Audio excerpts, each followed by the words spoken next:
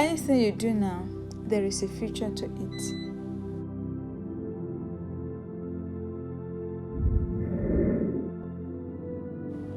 DUNGDALE Richard was an American merchant and sociologist, best known for his 1877 family study. He studied 2 fathers, 2 families, and 2 faiths. In 1884, DUNGDALE Richard, as a prison warden, saw 6 inmates in one prison, and he traced them to be from one family. So he decided to study those 6 inmates in a family tree. He studied it down to history and found out that they all came from a man, an atheist, whose name is Max Jukes. Max Jukes with his wife were imprisoned several times because of misconduct, because of robbery, and so many bad things. So he tried to study deep into the family of Max Jukes. He studied 1,200 descendants of Max Jukes. Now found out that 52.4 of all girls were prostitutes, 310 were paupers and homeless, 300 died before the age of 30, 180 were alcoholics, 160 were drug addicts,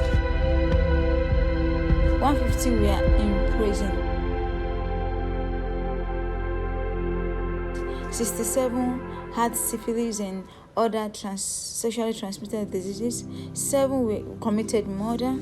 So he decided that, is it because of this man misbehaves with his wife, they don't have time for their family, that is why they were able to raise up a descendant that is full of misconduct. He decided to study another man called Jonathan Edward. This man is the president of Princeton University, and he preached one very popular sermon in those days called Sinners in the Hand of an Angry God.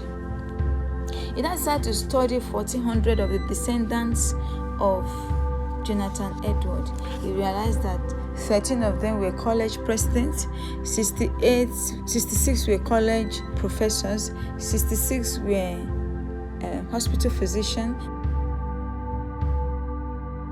75 served in the army or navy, 85 of them wrote classic books that sold all over US and Canada. 100 of them were Antonists, 32 were US state judges,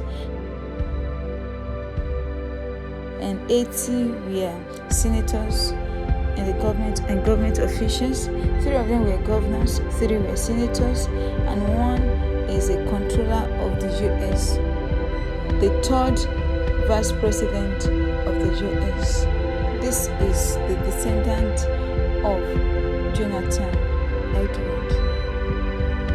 2 fathers, 2 families, 2 faiths. If you cannot do anything about your past, you should be able to do something about your future.